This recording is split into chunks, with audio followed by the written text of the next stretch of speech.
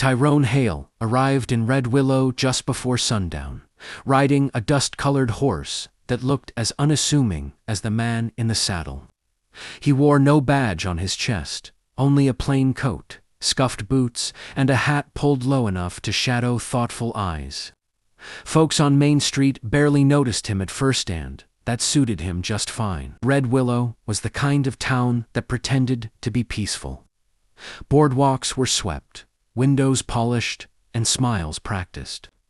But Tyrone had learned long ago that silence could be louder than gunfire. He felt it now, in the way conversations stopped a second too late, in the way men leaned back from windows when he passed. He tied his horse outside the sheriff's office and read the sign twice. Marshal Tyrone Hale, fresh paint. Someone had been expecting him. Inside, the office was empty, except for a desk, a cracked mirror, and a note weighted down by a bullet casing. Towns, restless. Sheriff, gone. You were recommended county judge. Tyrone folded the note and slid it into his pocket. He didn't sigh, he didn't curse. He simply nodded once, as if confirming something he already knew. Trouble always came quietly first. Across the street, laughter burst through the swinging doors of the Copper Bell Saloon, sharp, confident, alive. Tyrone's eyes drifted there, drawn by instinct more than curiosity. If there was unrest in Red Willow, it would surface where whiskey flowed and tongues loosened. The Copper Bell was crowded, warm, and buzzing. Behind the bar stood Sandra Bell, herself dark-haired, sharp-eyed, sleeves rolled up as she poured drinks with steady hands and quicker wit. She owned the place outright, a fact she made sure everyone remembered. "Pay first, or drink water," she said briskly to a ranch hand who leaned too far over the counter. When Tyrone stepped inside, Sandra noticed him immediately. She noticed everything. The way he moved, slow but deliberate. The calm in his posture. The fact that he didn't scan the room like a scared man or a dangerous one. He took a seat at the bar. "Whiskey," he said softly. Sandra raised a brow. "You knew, or just quiet?" "Both," he replied. She poured him a drink, studying him as she slid the glass over. "You picked a loud place for someone quiet." He met her gaze for the first time. Loud places tell the truth faster. That earned a small smile. "You got a name?" "Tyrone." "Well, Tyrone," she said, leaning in just enough to lower her voice. "Red Willow's been itching for a fight. You here to watch or stop it?" "Depends," he said evenly, "on who's starting it." Before she could answer, a chair scraped loudly behind them. A man stood big, red-faced, and already drunk enough to forget his manners. "Hey," the man slurred, pointing at Tyrone. "That seat's taken." Tyrone didn't turn. He didn't raise his voice. "Looks empty to me." The man reached for him and, in one smooth motion, Tyrone caught the wrist, twisted just enough, and sent the man stumbling backward. No punch, no gun. Just balance and timing. The saloon went silent. Sandra watched closely as Tyrone released the man and returned to his drink, calm as still water. "You're the new marshal," she said quietly. He nodded. "Well," Sandra said, straightening and lifting her chin, "looks like Red Willow just got interesting." Outside, the sun dipped below the horizon, casting long shadows across the street. And in that quiet moment between day and night, two very different kinds of strength had just met, whether the town was ready or not. By morning, Red Willow buzzed with news of the Quiet Marshal who'd disarmed a drunk without throwing a punch. Tyrone Hale heard the whispers as he walked the boardwalks, never turning his head, never correcting the stories. He had learned that reputation traveled faster when left alone. Inside the sheriff's office, he set about small repairs, a loose hinge, a jammed drawer. Order mattered, even in places that resisted it. Especially there. Across the street, Sandra Bell stood on the saloon's porch, arms crossed, watching him through narrowed eyes. She wasn't suspicious, she was assessing. Tyrone felt her gaze without looking back. He respected that kind of awareness. The Copper Bell had been her father's once, before a fever took him and left her with debts doubters, and a town full of men convinced she'd fail. She hadn't. She paid what she owed, expanded the place, and made it the heart of Red Willow. If something went wrong in town, it echoed off her walls first. That was why Tyrone crossed the street just before noon. Sandra was reorganizing bottles when he entered, sunlight catching dust in the air. She didn't look up. "You here for trouble or information?" she asked. "Information," he said. "Ooh. Trouble tends to find me on its own." She turned, then studying him again. "You don't talk like most lawmen. I don't shoot like most lawmen either." That made her pause. "Good guns make men sloppy." He nodded once. "So do secrets." She leaned against the bar. "What do you want to know, Marshal?" Was pushing the town, her lips pressed together. For a moment, Tyrone thought she'd send him away.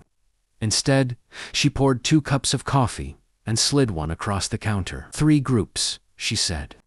"Railroad men wanting land cheap, ranchers afraid of losing grazing ground, and a handful of loudmouths who like chaos because it makes them feel big." "And you?" Tyrone asked. "I like peace," she said. "It's good for business.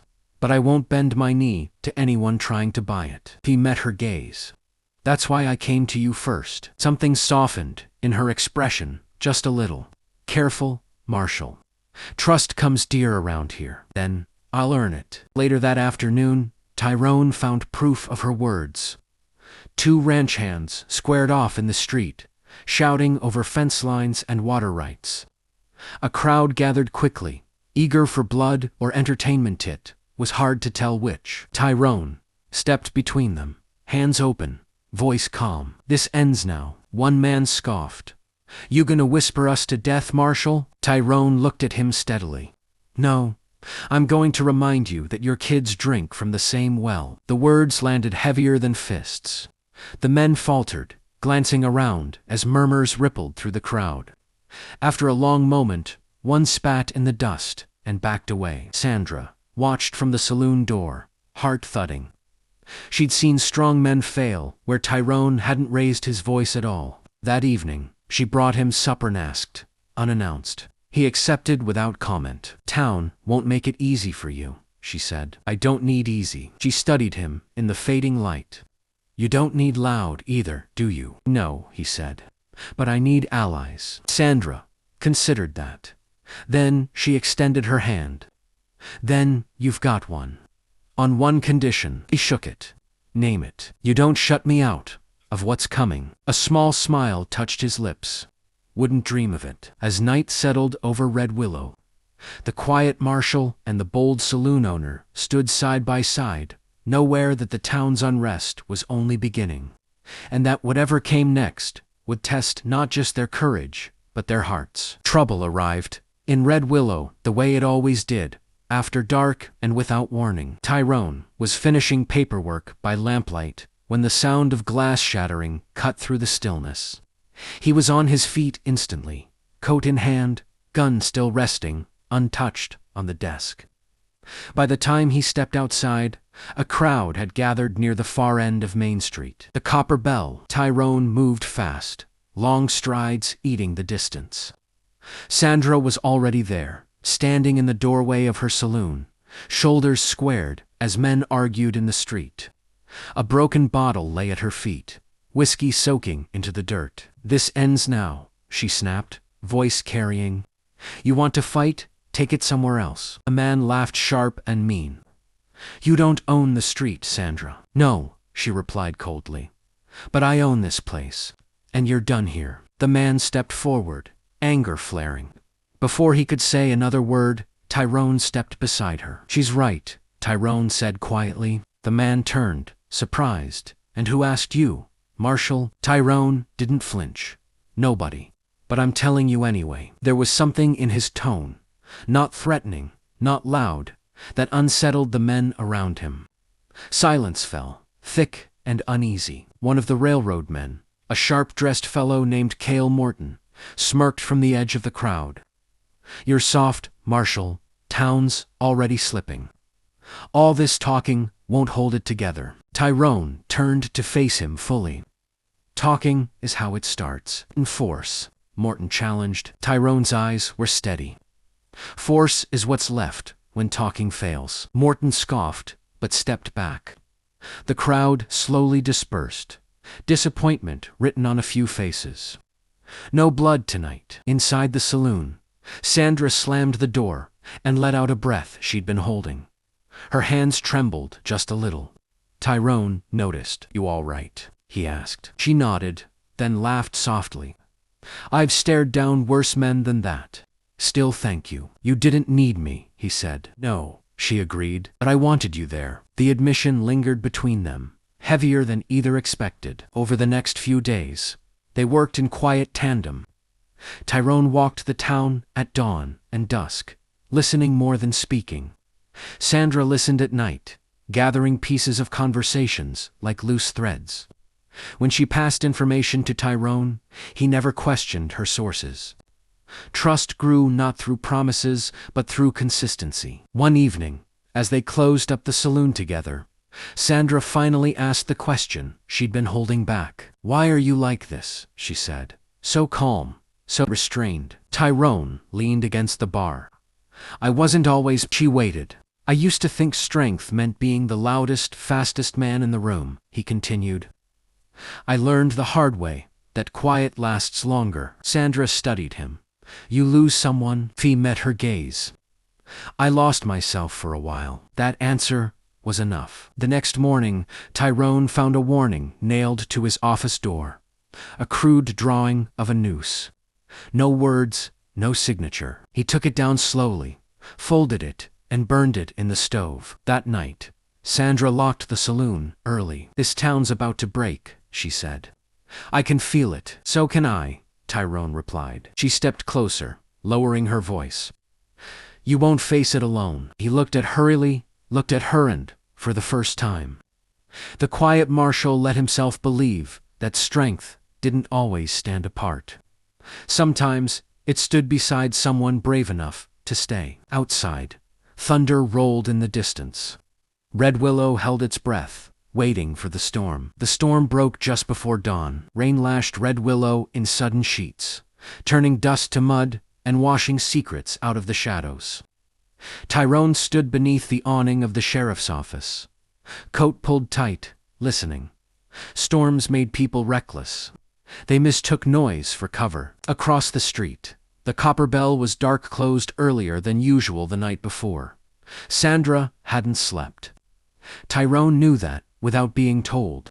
Some instincts didn't need words. The trouble came from the South Road. Hoofbeats fast, too many. Tyrone stepped into the street as 6 riders burst through the rain, faces hard, guns visible.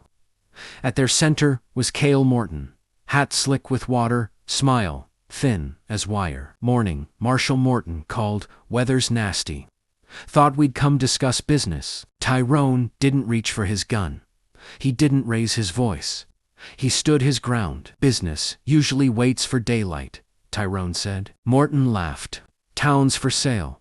Hale, you're just standing in the way." Sandra's saloon door opened behind Tyrone. "Then you'll have to go through both of us," she said, stepping onto the boardwalk, rain plastering her hair to her face, eyes blazing. Tyrone didn't turn, but something steadied inside him. Morton's smile faded. "You're bold, Sandra. Always have been. But bold doesn't stop progress." "No," she said evenly. "People do." Morton gestured, and 2 of his men dismounted, boots splashing in the mud. The town's doors creaked open, one by one. Faces appeared in windows. Fear hung thick, but so did attention. Tyrone spoke softly, yet his voice carried. "You start this, everyone sees who you are." Morton hesitated. For the first time, doubt flickered. That was when a shot rang out. Not from Tyrone, not from Sandra. A ranch hand, young shaking, had fired from the crowd. Panic overtaking sense. The bullet struck dirt, but chaos exploded. Men shouted, horses reared. Tyrone moved. He grabbed the young man, disarming him without harm, then turned, placing himself squarely between Morton's men and the townsfolk. He raised his voice, not loud, but firm. "Muff." The word cut through the noise like a blade. Sandra stepped beside him, fearless, unyielding. "Put the guns down," she demanded, "or this town will remember exactly who tried to burn it." Silence stretched. One by one, Morton's men lowered their weapons. Morton stared at Tyrone, rain dripping from his hat brim. "You think you won?" "No," Tyrone said. "I think you're done." Morton mounted his horse, without another word. The riders turned back down the road, swallowed by the storm. When it was over, Red Willow stood soaked and stunned but standing. Later, inside the saloon, Sandra finally let her hands shake. Tyrone poured her coffee, setting it down gently. "You could have drawn," she said quietly. "Yes," he agreed. "Why didn't you?" "Because if I had," he said, meeting her eyes, "this town would learn the wrong lesson." She studied him, emotion rising unexpectedly. "You carry so much weight, so quietly." He gave a small, tired smile. "Someone has to." Sandra reached out, resting her hand over his. "You don't anymore." For a long moment, neither spoke. The storm eased outside, rain softening to a whisper. Red Willow wouldn't be the same after today. And neither would they. Strength, they had learned, wasn't always loud. Sometimes it was the courage to stand still when everything else tried to force you to move. Red Willow woke slowly the morning after the storm, as if unsure it was safe to move again. Mud lined the streets, and broken clouds drifted lazily across a pale blue sky. But something had changed. Doors opened wider. People lingered longer. The town breathed easier. Tyrone stood outside the sheriff's office, watching a group of children chase each other down the boardwalk, their laughter cutting through the stillness. He hadn't heard that sound in days, maybe longer. Sandra joined him, 2 cups of coffee in hand. She passed one over without a word. "Town's talking," she said, after a moment. "They always do," Tyrone replied. "This time, it's different." She smiled faintly. "They're not talking about fear. They're talking about staying." That mattered more than any badge or gun ever could. Over the next week, Red Willow settled. The railroad men didn't return. The ranchers met, argued, and finally compromised. Tyrone attended quietly, speaking only when necessary. When he did, people listened. Sandra kept the copper bell open late again. Music returned. So did hope. One evening, after the last patron left and the lamps were dimmed, Sandra leaned against the bar and studied Tyrone. "You know," she said, "this town tried to test you every way it could, and failed," he said gently. "No," she corrected, "it learned." He looked at her, curious. "You taught them that strength doesn't have to shout," she continued, "and you taught me something too." "What's that?" She stepped closer, voice softer now. "That I don't always have to carry everything alone." Tyrone's breath caught slightly. "I don't mind sharing the load." She smiled.